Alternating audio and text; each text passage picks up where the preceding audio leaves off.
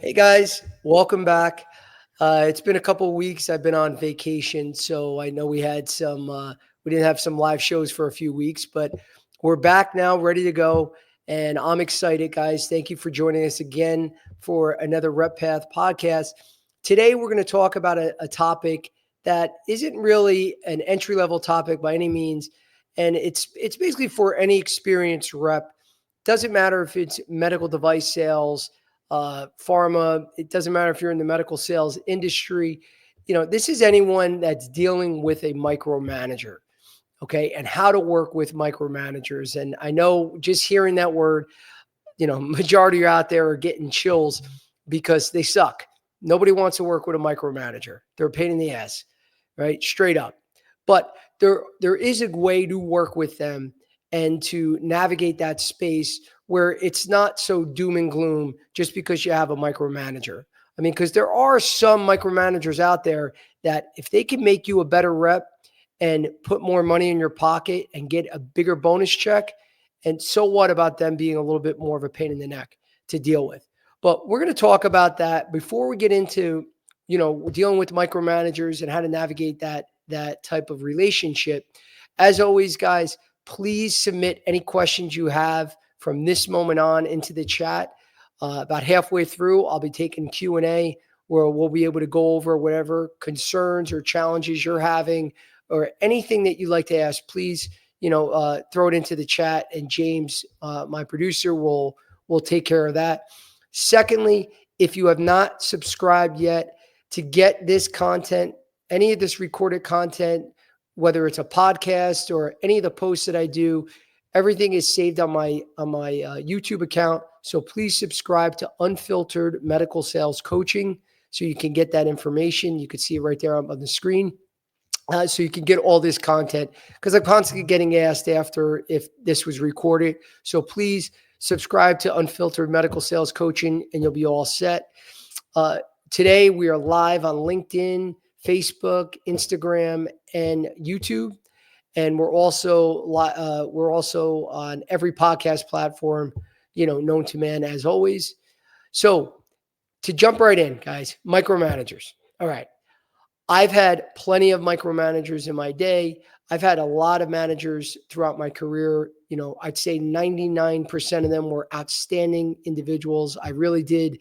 They all brought a little something different to the table that helped me become a better salesman. So some I worked better with than others. Some were challenging. We butt heads a lot, but it's still, at the end of the day, you did move forward. There are a couple out there that I didn't work well with, and I didn't enjoy working with. And basically every time I had a ride along or had a meeting, I'm sure you guys have been there. You like pray for something to happen so the meeting gets canceled. I worked with certain managers that when they called me the day before and said something changed in their plans and they had to move me to another day, I was, doing cartwheels because I couldn't stand working with these individuals. And a lot of times it's dealing with that micromanager. We've all been there. We've all had those types of managers. So first off, let's describe what is a micromanager to me. Okay. And that's someone that's just constantly on you, and it may not be you. Sometimes, which we'll talk about later, you have to see, is this the way they work, or are they just trying to bust you and trying to get you because they don't like you for some reason? Because that could be the case too. You have to be able to decipher. Again, we'll talk about this. Is this someone that's the way they work? They're just a micromanager, or are they micromanaging you? And if they're micromanaging you, that's a problem. If they're just singling you out, they have a problem with you. Okay, believe you guys, I know this. It's not rocket science. They're looking to force you out. Okay, so you have to make sure, is that the way they work, or is it just you? So let's assume that's just the way they work. So what does that look like? Typical micromanager, they're constantly asking for updates. That's one of the first things for me, is they need you to send them a daily update. They need you to constantly send them after, calls, any success or challenges. They want the update right away. Now sometimes that might not be a big deal, but sometimes it's a pain in the ass, guys. You got a million things going on. to send, especially it involves usually what micromanagement to me is more paperwork. It's that manager that's constantly asking you to do more. I'm not talking about doing an expense report that we all have to do, but sending you this extra Excel sheet that only your region is using because they need you to enter in extra call notes or progress throughout a pipeline that you're dealing with. I have one quick micromanaging story. I had a manager that would call the morning of to tell you they're riding with you. Now, I'm sorry, guys. Yes, we're always prepared. I don't need someone to check on me in the morning, to see where I'm going. But the fact that to me is an disorganized manager. I know me and this individual, we used to butt heads. So yeah, maybe she was trying to get me out of there. I don't really know. Personally, I don't care. But someone that is calling you the morning of to say at 6:30 a.m., Joe, I'll see you in an hour. Let me know where you're going to be. I'll meet you at this hospital.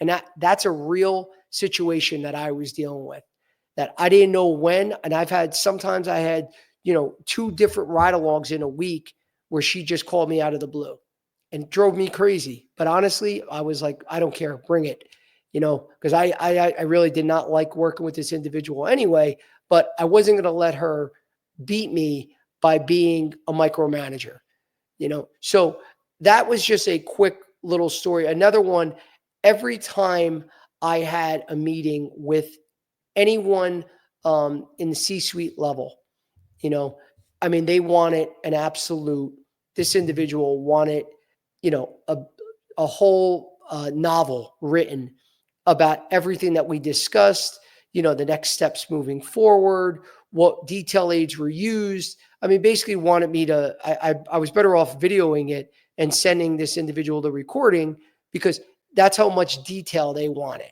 To me, at the end of the day, yes, you need the details. You need to get to the point of where you are, what challenges you're having, how can you overcome them? But bottom line, is the sale moving forward or not?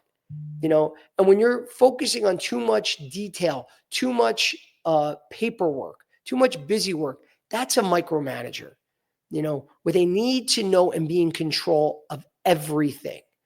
Now, to me, micromanagement is not a good quality. Okay. You have to trust your employees because what happens now to the reps when you micromanage a rep, not only are you going to piss everyone off because no one wants that. Most sales reps take these roles because of the freedom. Who doesn't love being in the car all day by themselves where they can not only get their job done, but also if you have to run an errand and your wife needs you to pick up something at the food store, you could do that, throughout your day, and not have to worry about someone constantly looking over you like if you're in an office. So most people take this job for the freedom.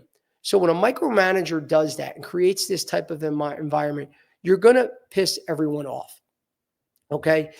You're going to reduce their confidence that you have as a sales rep. That's how I would feel. If you're watching everything I do and constantly on top of me, you're going to make me feel that you're not confident in my abilities, So it's very demoralizing to the team because they're not going to have that confidence and they're going to be upset. So it just doesn't make sense to me to have that type of approach. Okay. If you're hiring well, then you got the right people in place. So don't make them feel like you have to watch over every move they make. But you got to understand though, guys, in fairness, why does this exist?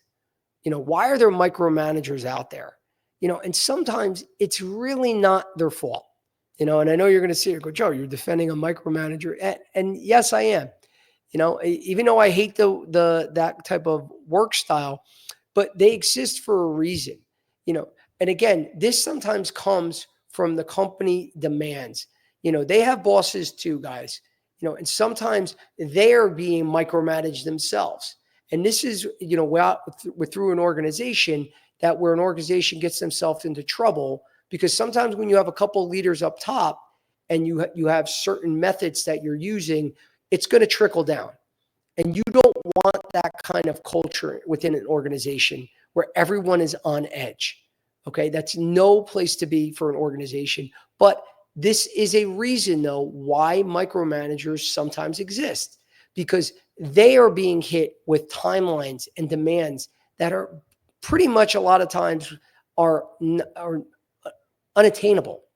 So if you have an unattainable number, you're going to start just getting on every little aspect of your employee's day to micromanage and totally be on top of. And again, not a good reason, but there are reasons out there why this individual is doing that. Okay.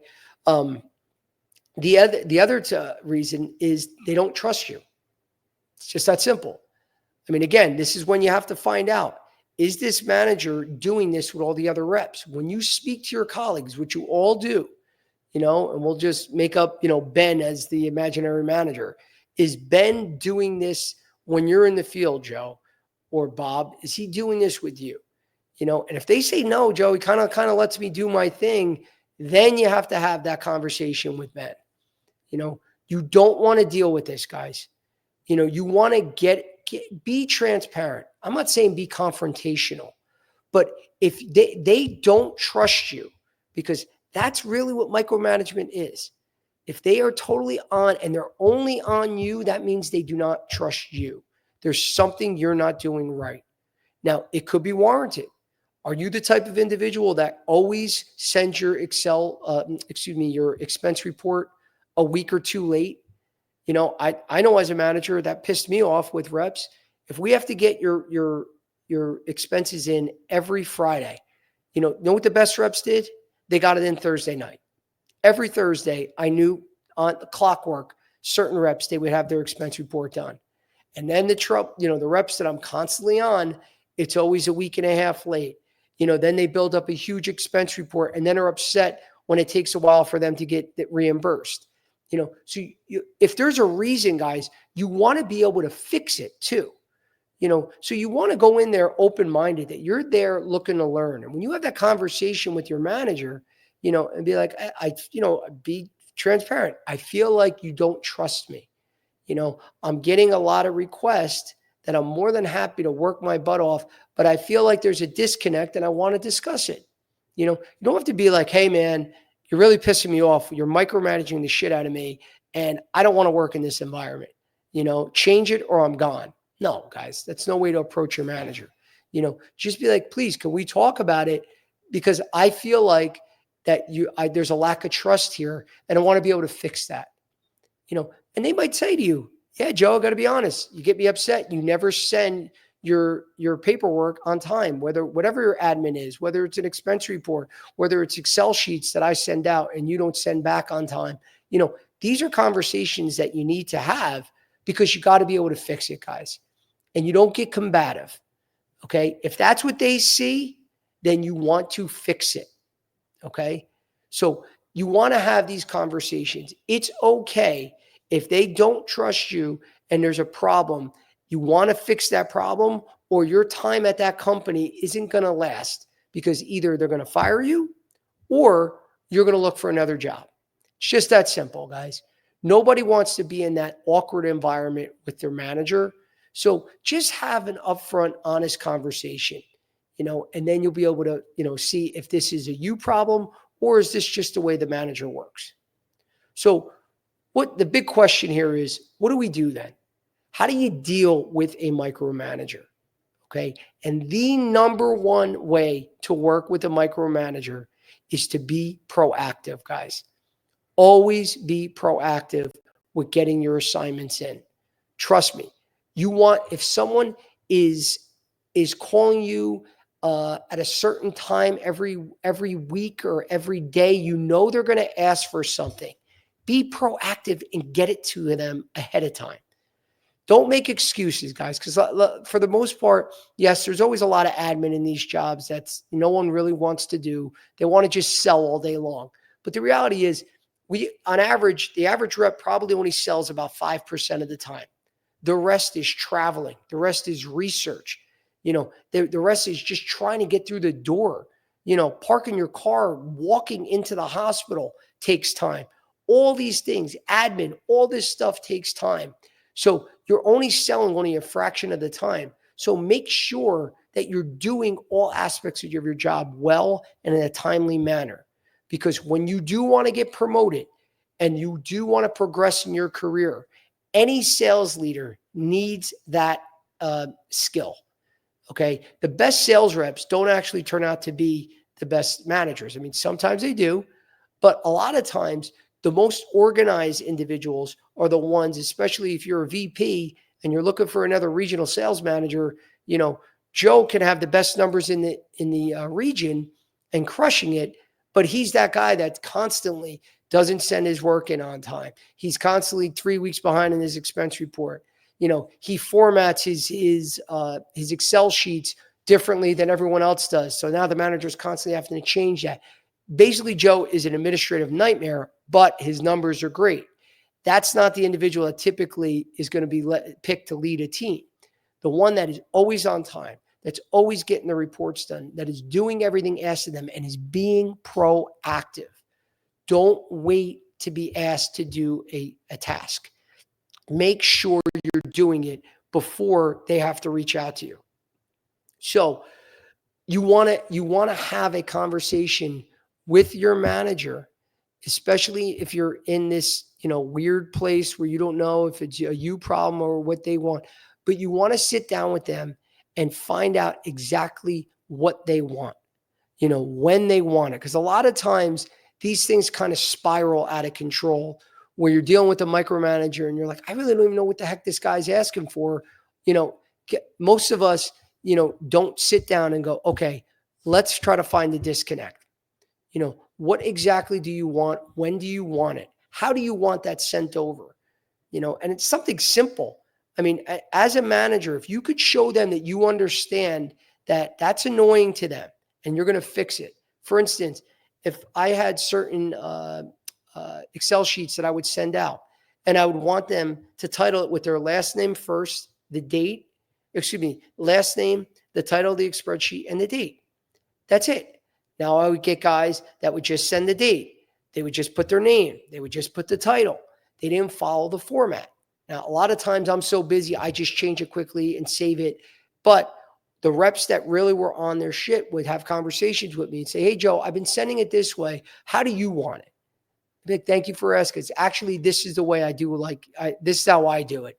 So if you can, it makes my life easier. Just something that simple makes me appreciate that rep even more because it shows that they care how I want things done. Okay. And all it is a conversation, guys. It's not hard. So make sure you're aligning the expectations with your manager because then you guys are on the same page. And that will reduce, it won't feel like micromanaging. If someone has to constantly tell you that you're doing things wrong, you might think that's micromanaging, but it might just be you, that you constantly aren't listening. Okay, so you want to have that upfront conversation. Now, if you're doing all the things that this individual is asking of you in a timely manner, and then they're still always on top of you, again, that's time for another conversation. We have to have a very transparent sit down with your manager to say, okay, I've done everything that you've asked. Where else is the disconnect? And then have that, deeper conversation. But for the most part, if you're proactive in getting them those reports, getting them whatever they ask ahead of time, you're going to minimize majority of that micromanaging. I'm telling you guys, I mean, a lot of you on the weekends, I was like this too. Weekends were my time. Unless I had an emergency from a doctor or a patient, I was not answering my calls. I want it to be, family, friends, having fun. But if you spend an hour on a Saturday or a Sunday morning, I mean, I'm a big football fan. Nothing is going to interrupt from 9 to 10 a.m. on a Saturday or Sunday. Even if you're going to church, doesn't matter what it is. You have an hour that you could put aside that you could just get organized for the week. If there's a couple emails, couple reports that your manager wants on a Monday, send them on a Saturday or a Sunday. It's going to go such a long way. and it also shows that you're thinking about your job on the weekend too. Where it's, again, I'm not saying you have to be a workaholic and just work 24/7, but it shows that you're on top of your shit. So do that. Spend 1 hour a weekend if you haven't already. And I'm telling you, it's going to make your administrative skills, just dwindle compared to waking up on a Sunday morning with a little bit of a hangover. You feel like crap. And now you got a call at 7 a.m. and your manager wants to know, where's that report that I asked for? Get all that stuff in, guys. It's going to make your week go so much smoother. It's going to start out so much smoother, and you're going to get into a good routine. But at the end of the day, it's going to minimize that manager calling you. Okay, so that's whether you have a micromanager or not, to be honest with you. Put that hour in. That's for you, not even for your manager. It's to make your life easier. Start doing that now, because it's going to help you throughout the week. I would always, when you're dealing with a micromanager, anything you want to document. Okay, because again, you have to worry about your careers, guys, because I know this is not like the friendly talk about, all the positives of medical sales. This is real. You have to cover yourself. If you're just the type that is calling a manager and you called them 5-6 times and they're not getting back to you, and you're in a bad situation with this manager, I mean, I've seen it, guys. I've learned from mentors in my past that you want to get documented on email, where if you need an important meeting, I'm not saying every little thing. I mean, of course, it's easy to text your manager, hey, great call before, Dr. Jones committed to a trial for next week or whatever update. I'm okay with that. But if there's important meetings that you are requesting him or her to fly out to, or you want to sit down and have a meeting with them for important, situations either in your territory or with you personally, anything, get it over email. Get those documented that show that you reached out to them, because sometimes managers get busy and they miss that email. Now, if you call them and they'll be like, Joe, I never got that call, and now you're trying to prove on a phone call, when's the last time you called them, and scrolling through your phone and you can't remember. At least with an email, that's documented. It's clear as day. You sent it at 3:15 on Tuesday. Here's the email you can resend, So those are important, because most micromanagers, they love data. They love, they're constantly, critiquing every little move you're making. So be proactive about that and send it where it's recorded. So that you're covering your ass, basically. So that's something to do, though, guys. You want to make sure that you want to have this stuff documented, especially if it's something that you feel that manager is targeting you. So show that you're being proactive. You have the times that you sent out the request. You have the times that you gave these updates, because a lot of times you just leave messages over the phone. Sometimes it's forgotten, and sometimes there's really no way to prove when you called or when you did that. It's just easier over email, guys. So next thing is, be respectful and by setting boundaries. Okay. And that's part of that transparency conversation that you're having with your manager, where you want to sit down and ask, like, hey, when do you like me to send these by? At what times, are you unavailable? How do you like me to contact you? All those things you want to have, where it's just like dealing with your customers. If your customer is asking you for a certain method of, don't email that to me, Joe, just text me. Or when people actually did send faxes, sometimes people just wanted the fax. I mean, whatever it is, whatever they want, that's your job to accommodate them. Your manager is still one of your customers in my book. So treat them just like a customer. And you're going to see that your manager is not your babysitter, guys. A lot of people, you look back like, oh, my manager will help me out. My manager will handle that. Like, no, you want to be in control.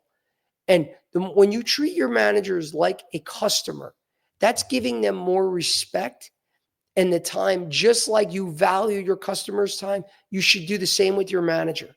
So if they have certain ways that they want things sent to them, just like I was saying about the way I want it titled on a spreadsheet, if you can make their lives easier, it's going to help your relationship and show your attention to detail, guys. So do that. But you got to have those conversations where you set the boundaries, from jump. Okay. And the last thing to do is anticipate their needs. That there's nothing better than that. If you've seen any, I'm going to embarrass myself, but I don't care. One of my favorite movies actually is The Devil Wears Prada.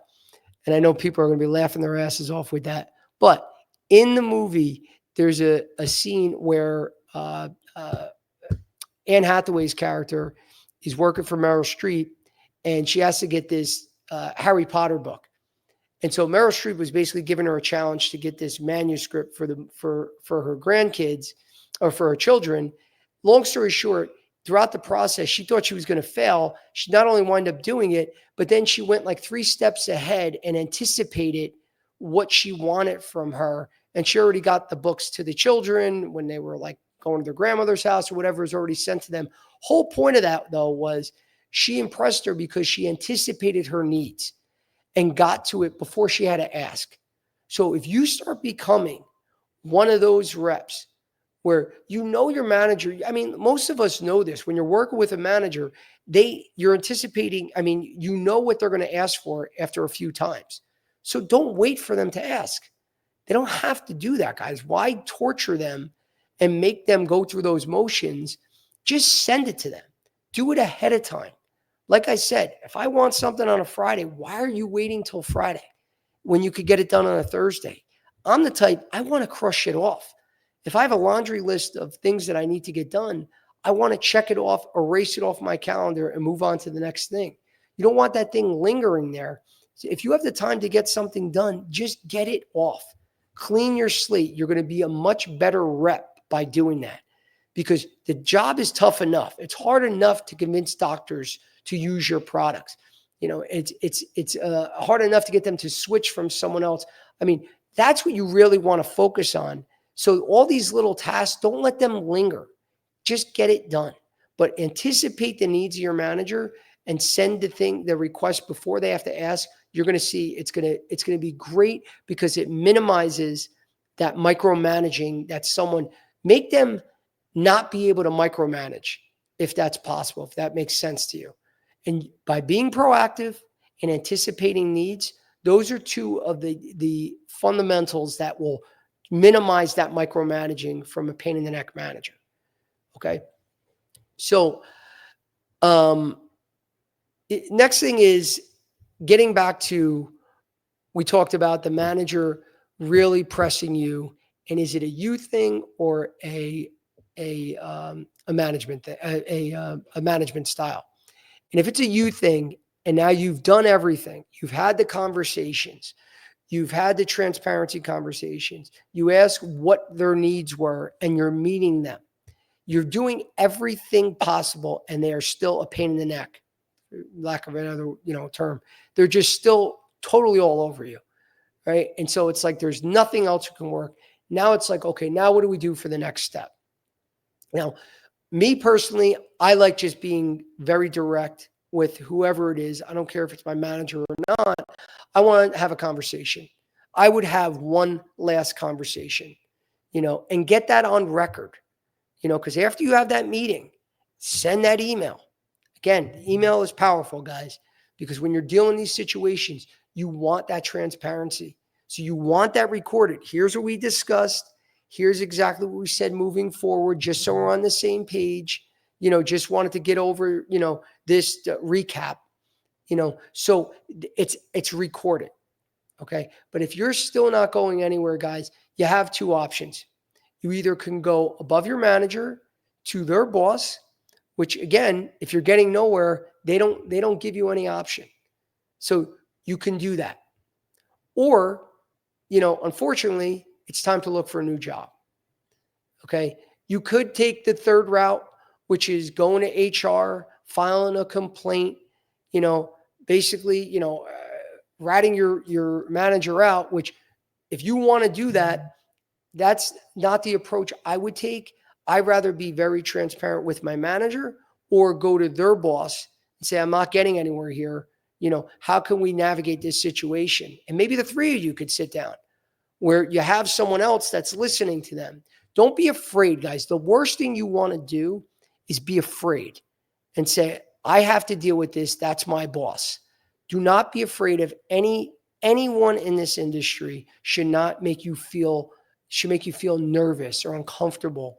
Like every time you're working with them, if you're cringing every time you have to work with someone, that's a bad situation, guys. They should be there to help you. They should be there to help you grow and make as much money as possible. That's what a manager does. A manager helps you drive results. If they're not doing that, they're not doing their job either. Okay, so if you're in an uncomfortable situation where you just feel terrible every time, you got to nip that, guys. So my two approaches: either speak directly to your manager, not working, get their boss involved. Don't be afraid, well, if I go to my boss, then I'm in trouble. Who cares, guys? Don't be afraid. Okay, because most managers, they don't want that. It might piss them off, but so what? This situation has been created and you're trying to fix it. Okay, so those are possible last steps, because really at the end of the day, if now you have a director or a VP that's above them that they're not seeing your point of view, really, guys, it's time to move on. If you can deal with that and you want to deal with that, great. Most people don't want to deal with that. There's other jobs out there. There's a lot of great companies. There's a lot of great managers. You don't want to put up with that for a lifetime. That's no way to live. But we're going to take a pause right now, just because I have to take a drink of water, and we're going to see if we have any questions from the audience. James, do we have anything? We do. We have a couple questions coming in, but at first I want to comment. Really, Devil Wears Prada is your favorite movie? I know. I said it's one of my favorites. I'm actually excited for the sequel that's coming out soon. I almost, if you weren't in a good flow, I was going to jump right in and say something. But I don't care if I'm getting busted. But it's a great movie. Have you ever seen it? No, I haven't. But I thought it was a chick flick. Yeah, Nick has seen it. He won't admit it, but of course Nick has seen it. Let's be real. How do you not take micromanagement personally when it feels like the manager doesn't trust you? Well, again, like I was talking about before, you have to see if they're doing this with other people. So if you feel like, oh man, this guy's really on me all the time, and I mean, number one, have a conversation with the guy, excuse me, or whoever your manager is, have a conversation with them. But also, you're going to be talking to your teammates, and they could just say, Joe, that's just the way he is. He doesn't mean it. And you'll find that if that manager is really not after you, because again, micromanagement could be viewed two different ways. If they're doing that with everyone else, then and it's bothering everyone, then start, say, guys, let's have a meeting. Let's bring this up on a conference call. And they're not going to want to piss off the whole team, guys. It's just like a politician. Yeah, they don't care if a few people don't like them, but if the masses don't like them, they will change because they're going to be the ones that are gone. Okay. I mean, I actually had that instance years ago, and I wouldn't go to the company, but basically I had a friend in HR and said, Joe, if you get everyone to, put a complaint together, the company will never go against the masses. And I just wouldn't do that. I decided to have a conversation with the manager and be more direct. And then we had a conversation with the team, and it wound up getting worked out better than the way the individual was. That individual wind up not staying with the company anyway. But if you get the team together and it's a problem for everyone, then things can be changed. But if it's just you, then you got to figure that out yourself, because odds are that person is micromanaging you because you're not doing your job. They don't like to just single out people that are doing well and are making, hitting their number, doing all their admin work on time. They're not going to just pick on you for no reason. So you got to look at yourself first and see, am I the problem, and fix it. Do you think potential clients pick up when a rep is being second guessed by their boss? Well, if I've been there before too. If a manager does that on a sales call in front of a customer, that's just awful on the manager's part. Now, there's ways that managers can be there to help a rep where the rep was screwing up and either not being able to answer a challenging question or just didn't have enough information where they, sometimes reps, they get a little tongue tied. They don't want to admit, I really don't know that answer. And they start talking in circles and the manager's there to correct them in a nice way, then that's fine. But if a manager is openly, telling, showing that doctor that this rep is not doing his job and he's upset with them, I mean, that would just be terrible on the manager's part because that rep has to go back there over and over and over without that manager. And if that doctor is viewing that rep as someone they can't trust, then the doctor, it's going to hurt the company. So that would be stupid on the manager's part. I think that most managers are good managers out there that they would just help the rep, get them to be able to answer that question. So next time they're good on their own, but they should never make that customer feel that this rep can't be trusted because that just hurts everyone. Click your phone. We can hear the vibrating. Sorry. No, you're good. Do you think micromanagement is worse in pharma versus medical sales? Yeah, I would say pharma. I dealt with micromanagement more in pharma because honestly, my view in medical sales, there's way more going on because of the case management. So for instance, most reps on the medical device side are covering cases. They're not just selling all day long. I mean, there's probably some jobs out there, but like I was saying in the call during the podcast, it's on average about 5 to 7% of the time where you're actually selling. So for instance, when I was working at Boston Scientific or Stereotaxis, we were in cases at Boston Scientific. Sometimes it could be a few hours. At Stereotaxis, sometimes it was up to like 12, 14-hour cases. I mean, there were some really long cases out there. So you're busy doing real clinical work, where they can't constantly just unload a lot of administrative work on you because you really don't have the time because of the covering cases and being with physicians. I mean, that's the most important time that you're with them is during a case because you've got a lot of selling time, a lot of face time. You build tremendous relationships during that time. And it is harder for a pharma rep because majority of them are having, meetings either at a lunch, breakfast. They're, seeing doctors for a few minutes at a time. They're not spending a couple hours during the doctor's office hours and just shadowing them and asking them questions all day. I mean, no. So they have more time. Give me 1 sec. I just got to plug my battery in. Sorry. Just noticed a low battery.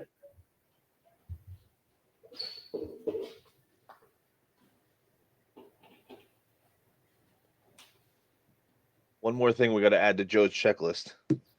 Yeah, sorry guys. I actually charged it too, and I didn't realize that we got low again. All right, we're all good now. So, what was I saying with the? It was the pharma versus. Oh yeah, pharma. So a lot of pharma reps, they just, just by the nature of the job, they have more time on their hands, and a lot of times companies come out with initiatives that, unless there's a real purpose and they're going to use these things, for instance, there was one time that I had about maybe 30 hospitals, targeted hospitals in my territory throughout New Jersey and New York. And they had this master spreadsheet that they wanted every department filled out with every name of every nurse, every physician, where they were throughout the pipeline. And it was so crazy, the amount of administrative work that at the end of the day, you're like, well, is this going to help us sell more? Is this going to actually bring more prescriptions in and bring more revenue in for the company? Is this helpful? And a lot of times it wasn't. This thing actually, within a few months, we never did it again, never came back to that spreadsheet. And there's been dozens and dozens of stories that I have where, it seemed more on the pharma side. And this is nothing against pharma, but companies come out with these initiatives, just to keep reps busy, and that I'm not a fan of keeping someone busy just for busy's sake. If there's an admin, if there's a spreadsheet that takes a long time, but once it's done, it provides such valuable information that's going to help you sell, then I'm all about that. But a lot of busy work and a lot of that micromanaging just to keep reps busy, I did see it more in pharma only because a lot of managers felt that they have more time on their hands where they can handle more of this work.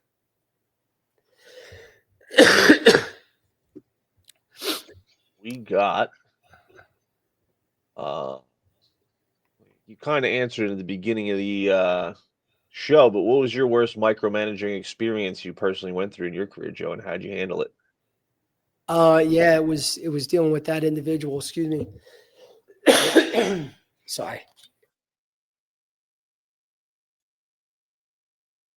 The call me the morning of every time to book a ride along. I mean, that happened maybe 4 or 5 times in a row. And then finally, the main thing was, I really do think that individual was trying to get me fired. We just didn't see eye to eye. My numbers were good. I was in the top 20% with all my metrics. I was actually, doing well, just got promoted. So I really just didn't, I didn't like that individual. They didn't like me. And they, that calling me in the morning of saying, "Hey, I'll be there in an hour," after a few times, and the fact that I actually had things scheduled, because I think what she was trying to do was catch me, say, "Oh, I don't have anything booked this morning." She was waiting for me to do that, and even if I didn't have something booked, I was still going to tell her, "Yes, come meet me here," because I didn't want to give her that satisfaction. After a few times, that's when we had the tough conversation. And, she denied it. She said that's just sometimes the way she works, but it was a bunch of nonsense. She wound up leaving the company anyway. She wasn't well liked, and it was just an unfortunate situation, but that was probably the worst. There's a lot of admin work. There's a lot of, doing extra busy work just to keep you busy, which is annoying. But the older you get, you realize that, you don't want to question and be the one person like, why are we doing this, and being negative. You don't ever want to do that, but if you truly feel like that there's no value, then have the conversation with the manager. And especially if there's other teammates that all feel the same way, then jump on a call and get a better understanding. Because trust me, they will feel the pressure of other individuals. If they're pissed off too, they will change their micromanaging ways, because they know that they can't go against a whole team, because the company's not going to want that. They're going to see them as the problem. So just, again, you're dealing with micromanagers. Nip it in the bud the quicker you can, the better it will be for you and for your mind. Joe, if your direct manager is constantly over your shoulder, but the higher ups really like your results, how do you balance that?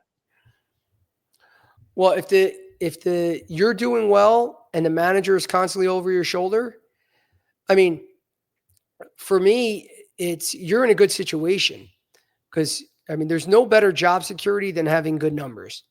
So if you're doing everything right, and you have to first off figure out, are they over my shoulder because of me? And am I causing this, or is there something I could do to fix it? So if it's you just not getting your work done on time, then you got to fix it on your end. But if everything is totally, this person is out to get you, then again, like I said, have that upfront conversation. If they're not listening, definitely call their boss, because their boss, but the way this description is, you're a rock star. You're crushing your number. They're not going to want to piss you off. And again, it's just your approach. It's not about going and ratting out your manager and saying he's being mean to me or she's being mean to me. It's like, no, I've had conversations. I want to know, is this something that we can fix because I'm doing well? I want to continue to, produce and be a high performer for this company. But a lot of these things are becoming challenging, in my daily activities where I don't want it to start affecting my results. They're going to jump right on that, guys. They don't want your results and then your work to suffer. So if you're in one of those weird situations where you're crushing it, you're in the driver's seat. So have the conversation with your manager, and then if they're not listening, go speak to their director or whoever else. And just, again, it's the way you do it. You don't go in pissed off. You don't go in a complaining mode. It's more in a resolving something, and you want to fix it. There's a big difference, because you could piss off the director or the VP, because again, you never know the relationships they have. And really, you don't, if you're right and you feel like you're being, singled out, it doesn't matter. You want to get this nipped in the bud as quickly as possible. So, go through those two routes first. And then again, if it's not working after that, then you have to have more difficult decisions. Joe, my boss insists on being copied on every single email. How do I handle that without going crazy? Well, is it that hard to, first off, I would say I don't know if that's a real micromanagement objection, because most managers can see your emails. If it's a company computer, they could see everything that you guys send on that computer. So, if they want to be copied on every single email, then copy them on every single email. That's simple. That's, to me, that manager, who the heck wants, if they have 10 or 12 reps, they want to see every possible email. You know what? All the more, yes. Copy them, send it twice to torture them. I'm kidding, but if they're going to get 10 different reps, 12 reps, maybe, depending on how big their team is, seeing every possible email being sent to them and copied to them. There's no one that can handle that kind of volume of emails. They wouldn't be able to do anything else. So if they want that, I would simply just do it, because trust me, they're not reading all those emails anyway. And I think that's something that it wouldn't last. They'll wind up burning out, and within a month or two, they won't even ask to, because there's no way they can keep up with that. So I would just do it, because it's not hard to just CC a manager on an email. Have you ever had a manager jump in a client meeting and derail the conversation completely? And how did you handle that? Yes. Simply, if it was that bad, where the call just totally went off, the doctor is looking at you like, what the hell is going on here? I've had doctors actually say to me, don't ever bring that person back in here again. I've had that many times, and a lot of times it's with the same managers that aren't the good managers. It's just that simple. The one that I had an issue with, she was the same one that I had many doctors say, please don't bring her back here. She was very uncomfortable. She was just an awkward person in meetings. The first thing that I would do, though, is cleaning it up with that doctor. And number one, saying, I totally just apologize. It's awkward, but the next time, I would either shoot them a text, if I had their number, their cell on me, I would say, hey, Dr. Jones, I'm sorry. That was a dumpster fire. I totally apologize. And trust me, most doctors aren't going to take it out on you if they're using you, for instance, and they're not going to all of a sudden say, oh, wow, Joe, I can't believe you brought that manager in. You know what? I'm going to just stop using him because that manager pissed me off. All the more they understand that it's not you. They know that, they know, for instance, they don't like your manager. If you keep bringing that manager in, then it's your own fault. And if the manager asks, how come you haven't brought me back? I straight up tell them, I got to be honest. The doctor was turned off last time. He was very upset. I didn't want to hurt your feelings. So I figured I would just simply obey his wishes and not bring you back there. Now if they want to fix it, then you can, talk about that later on. But first thing you're doing is just hat in hand with the doctor. I'm sorry. I would never bring that person in if I think it would derail it like that. And most of the doctors, they're too busy, guys. they're not going to sit here and they don't have that much time to really, let this control their day. So usually it's a typical, Joe, that person's a pain in the neck. Please, she was annoying or he was annoying. Don't bring them back. You apologize, you move on, you laugh about it. You don't make it a big deal, but it's not something that's going to derail your territory or your numbers for quarter after quarter. If it does get to that point, then that's when you got to get, your manager's manager involved. And, again, this is something that can affect you and affect your job. You guys got to get in there and fix it. And obviously you can't bring your manager back in, so you need somebody else.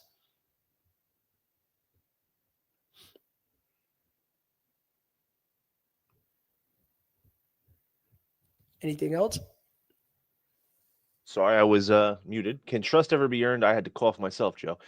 Can trust ever be earned back once a micromanager has labeled you as unreliable? 100%. 100%. I mean, anything can be fixed. Anyone can change themselves for the better. I mean, the whole point of a good manager is to help you develop. So if they're there, they should be helping you get better anyway. There shouldn't be a one strike and you're out policy. If that's the case, that's a horrible manager. And most companies are not going to treat reps that way. So there's definitely, it's being self-aware. That's number one. And knowing that if you have an issue that it's your fault, fix it. Don't be stubborn. Don't say, I never had this problem my previous manager, or I never had a problem my last company. No, you got to look at yourself first. I mean, you got to take responsibility. That's what a good leader does anyway. For some of you guys that want to be promoted and move on to management, I mean, that's one of the first skills that you need is you got to take responsibility and say, okay, well, what did I do wrong? I mean, that should be your mentality to begin with. It's not someone else is causing a problem. No, it's you first. Look at yourself first. And then obviously, if you're not doing anything, you're doing everything right, then you can, focus it on other areas. But I think that's the key first is looking at yourself. And if there is a problem, fixing it. And that definitely can be, you can change your, the way you're viewed by any manager or anybody, doesn't matter who they are, by proving it.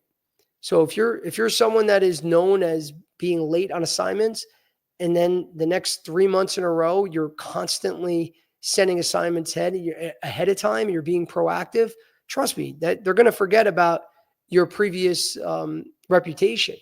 So just prove it by your actions, and you can change anything.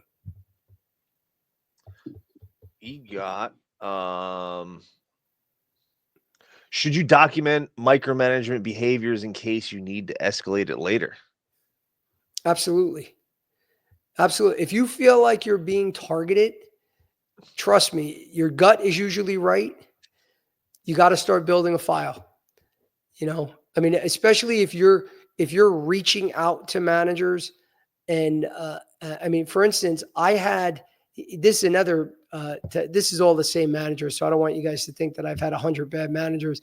So we used to have what's called CPRs, coaching progress reports. When we would work with the manager, they would fill out, how you did, in all the different areas. They would grade you 1 to 5. And then they would send it to you first to see if you had an issue with anything. You would have a discussion. But if someone gave you a 2 out of 5 and you're like, why am I a 2? And you had valid reasons, you got to submit your reasoning on why you believe you're a 3 or a 4 or 5. And then they would have to have a discussion with you first. So essentially they couldn't just send you the CPR, say, here's your report, you suck. And gets documented for a lifetime. You would always, and everyone, especially with this manager, I knew that she was after me. I was always documenting and saying, and I do not agree and will not sign this form. So I did that with all my CPRs because all of them I didn't agree with. And she wasn't listening and was just submitting them. So that was a major, major red flag, major issue on her part, which was another reason why she could have been fired. But I still had everything documented because I knew she was coming after me. So you had to make sure, like, no, look, I documented that I didn't agree to that, and I gave my reasons why I should be a higher ranking. I had that on file, which is going to prove my case if she is looking to fire me or take any action against me. You do have to protect yourself. And I know you don't want to do that. Nobody wants to spend their days at their job doing this type of crap. But trust me, document, keep it in a file. You never know later on if that's going to come back, and you want to have that documentation and also that support that you're not doing anything wrong.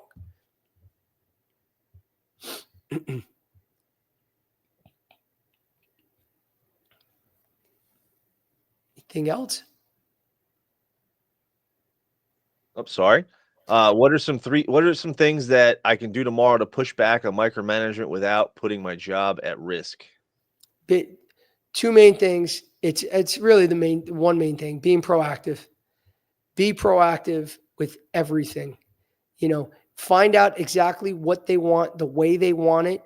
Because a lot of times this is admin stuff. When a micromanager is on you, or for instance, if they're constantly bothering you to one of the things that's common in pharma device, is role playing on calls.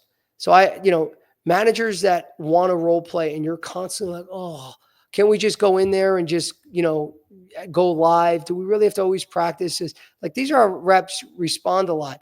You want to take the wind out of the sales or manager, say, let's role play. We go in there. I want to role play, before we get into the field today. Before you leave the call, let's discuss that. Do the things that be proactive. That manager is going to do that. Welcome it. Not only you welcome it, prepare for that, guys. Prepare for the role play. Show that you put the work in. Don't just do this just to prove them wrong and show that you can beat the micromanager. No, get better at what you're doing. But also, if you're proactive and you want to do the things that typically reps are running away from, that's something that it'll take the wind out of the sails of that micromanager, because there's nothing to micromanage if you're ready. You're asking to do the difficult stuff. You've already been proactive and sent all your admin work. Give them nowhere to go. Don't wait for them to say, hey, Joe, did you send that? No, you will send it a day ahead of time. If it's a Friday that something's due, send it on a Thursday. That's my best advice. Be proactive. Whatever deadline they give, do it a day ahead of time. And you will not have the problems that you're dealing with these micromanagers. Are there any subtle signs during the interview process that a company might have a micromanagement culture? It's that you're going to find out by asking questions during the interview, asking the management style, asking, how do they operate? How do they work with their reps? What are some of the responsibilities, the day-to-day? I would really expect to get the more transparency. And this is why I always teach reps during the interview process. You're going to get a lot of information from the manager, whoever you're interviewing with throughout the process, but you have to be speaking to the reps that work for that hiring manager. They're going to give you the real story. Now, some of them are going to lie to you because they're friends with them, and they're not going to be too mean because they're afraid you're going to go back and tell the manager that. But majority of those reps, they're going to be upfront, and they're going to say, hey, listen, we got a lot of paperwork. And yeah, he's pretty demanding. He's really on top of things. You're going to get the truth, especially the closer you are to getting a role, where you're going to say to yourself, maybe I don't really want to deal with, a manager that's total hell. Because again, it could be a micromanager, and then it could just be someone that's really on top of everything, but it's a great manager. So you'll learn from the reps, is this something that they're going to continue to put up with, or are they 1 foot out the door? And if they're 1 foot out the door, I know we all need to make money, but you don't want to go from having no job into a miserable job. So they'll be able to tell you. So that's the best bet. have those conversations with those sales reps before you move forward. And that's it, Joe. That's all we got today. Awesome. Well, I appreciate it again, guys. I mean, again, that's basically my closing note. When you're dealing with micromanagers, be proactive. That's the key. Get those reports on time, ahead of time, and look at yourself first, because it could just be you. And if you're speaking to the other reps and they're like, I'm not dealing with that, it's a you problem. Okay. So don't jump to say, this guy sucks, I hate working for him, it's all his fault. No, look at yourself first. And then once you realize that you are doing everything right, you have the conversation with the manager, transparent, because a lot of times all this gets worked out before drastic measures need to be taken. But if you're at that difficult point, you did everything, you even spoke to the manager's manager, and it's still not a fit, guys, just move on. You just got to make a decision. Is this enough where I'm that miserable that I'm willing to leave and go to another company? Or can I deal with this? I mean, that's up to you to make that decision. But none of us want to be in these situations, guys. But it doesn't mean that just because you're with the micromanager that everything sucks and this can't be navigated. It definitely can. And for any of you after the call, if you want to work one-on-one, we have many avenues at RepPath where we can help. We also have the RepPath Academy, which I'm very excited, which has been doing fantastic. We're working with candidates all throughout the country. So we have the option of joining the Academy. The best part about the Academy, guys, is the community that you're in, because especially with these situations, you're dealing with a micromanager, there could be another 10 people in the community that you could discuss that are going through the same thing you're going through. And then before you know it, they didn't leave their job, but they handled it certain ways. And you could have those conversations with them. So that's another reason why I really stress, everyone joining the RepPath Academy. Feel free to reach out. You could shoot me an email, joe@reppath.com, or send me a message via LinkedIn, whatever is easier for you guys. We could jump on an intro call so I can give you more info. We also still offer one-on-one calls to handle a lot of these challenges. And for any of you that is a lobby member or any individuals on this call, please use the promo code Licata, Licata, so you can get additional discounts. Guys, I want to thank you again for joining us today. And remember, guys, every Monday and Wednesday at 3 p.m. Eastern, we'll be doing these calls. I have a great guest, great sales leader on Wednesday, which I'm excited. So hopefully you guys can join us this Wednesday. And I look forward to seeing you soon, and have a great week. Take care.